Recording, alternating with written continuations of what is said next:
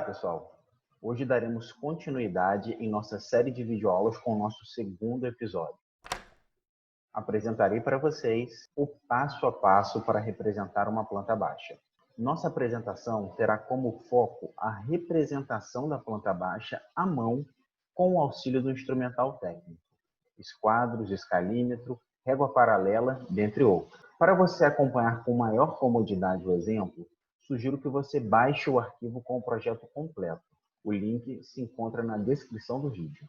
Antes de começarmos, vale ainda lembrar que os vídeos iniciais dessa nossa série focam na representação de um projeto de arquitetura. Após a reprodução do projeto e compreensão dos processos para a elaboração de cada um dos desenhos, serão aprofundados alguns temas, dando assim base e repertório para que você tenha autonomia mais à frente para pensar seus próprios projetos. Esta série de videoaulas é utilizada na disciplina de Desenho de Arquitetura e não deve ser entendida como incentivo para a produção de projetos sem o auxílio de um profissional da área. Dito isso, vamos começar. Iremos reproduzir nossa planta baixa em escala de 1:50, em um formato de papel A3. As escalas convencionalmente utilizadas para a representação das plantas baixas são as de 1:100 e 1:50. Aqui utilizaremos a de 1:50 pela sua maior facilidade de marcação de dimensões menores que 10 centímetros no escalímetro, além de gerar um desenho maior quando comparado à escala 1:100. Nosso primeiro passo será preparar as margens e o carimbo de uma folha de formato A3 com a orientação retrato, ou seja, com a maior dimensão na vertical. Logo em seguida, iremos posicionar a planta em nossa folha. É importante estudar o posicionamento do desenho para não acabarmos ficando sem papel para concluí-lo ou por tê-lo posicionado muito acima ou muito abaixo na folha. É terrível, depois de quase concluir o desenho da planta, descobrir que falta espaço para produzir o carimbo ou margens. Além do mais, diferentemente de desenhar no computador, em softwares como o AutoCAD, não é possível deslocar o desenho para o lado quando fazemos no papel.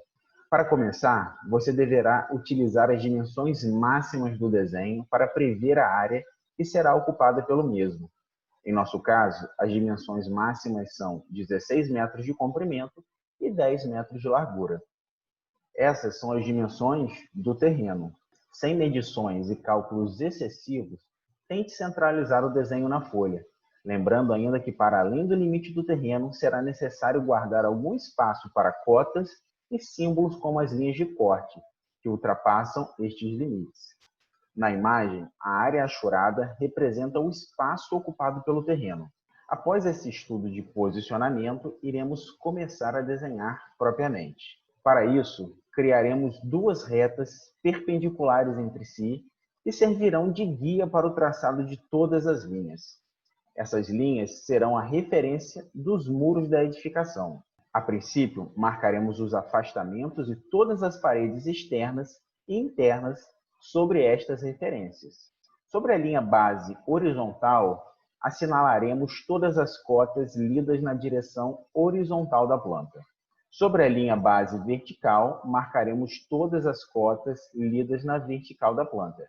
É importante que nessa marcação não seja feito o reposicionamento do escalímetro a cada nova distância para evitar erros em cascata. Repare essa imagem. Se por acaso você errar esta marcação em 5 centímetros e reposicionar o escalímetro para fazer a próxima, na segunda marcação será acrescido o erro de 5 centímetros da primeira. Isso é o que chamamos de erro em cascata. O ideal é posicionar o escalímetro apenas uma vez e vir realizando a marcação somando as distâncias.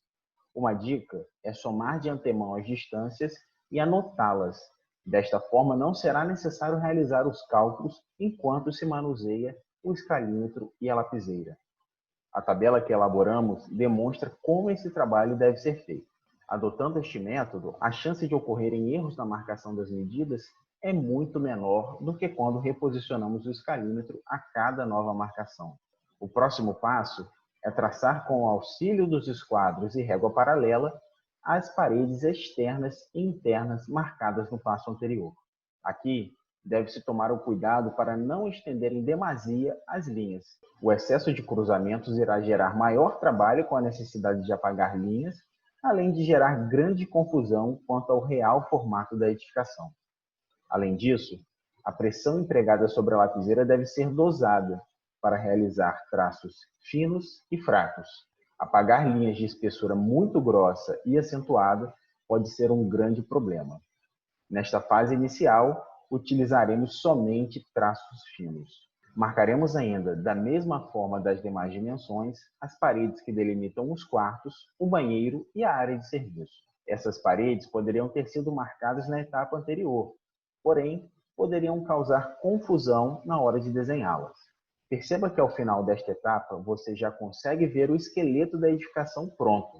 Nosso próximo passo é marcar as aberturas, portas e janelas da casa.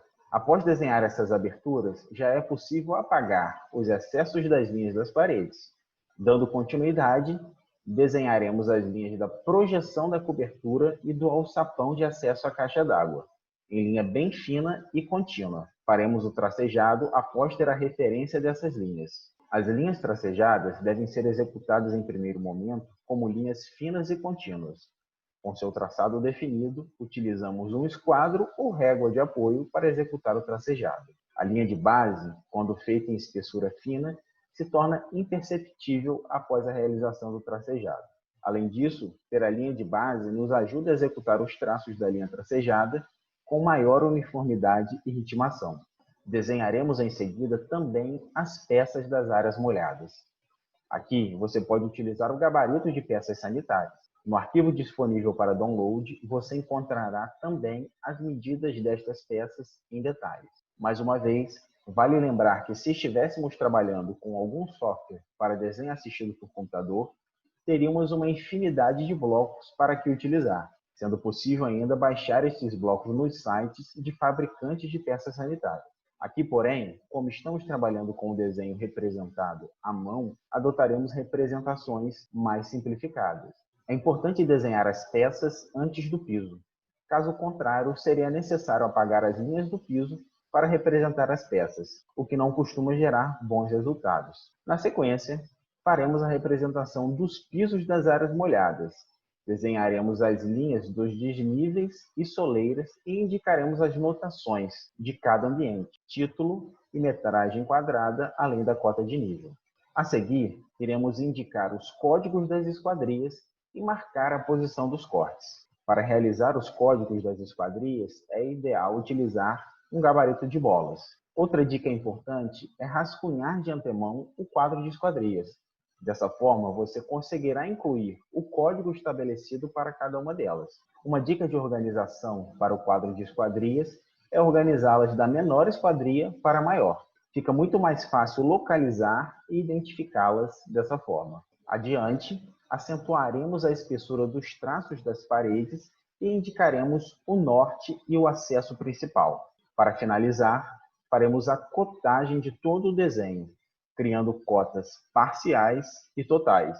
É importante nessa etapa de finalização do desenho verificar se todos os pontos foram cumpridos e se não há algo faltando ou que precisa ser ajustado.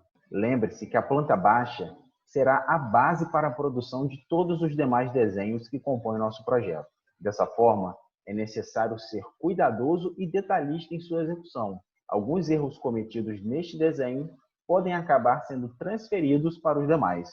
Bem, chegamos ao fim de mais uma aula. Espero que você ponha em prática o que hoje aprendeu.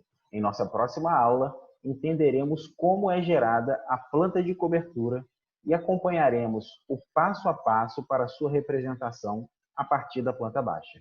Bons estudos e até a próxima!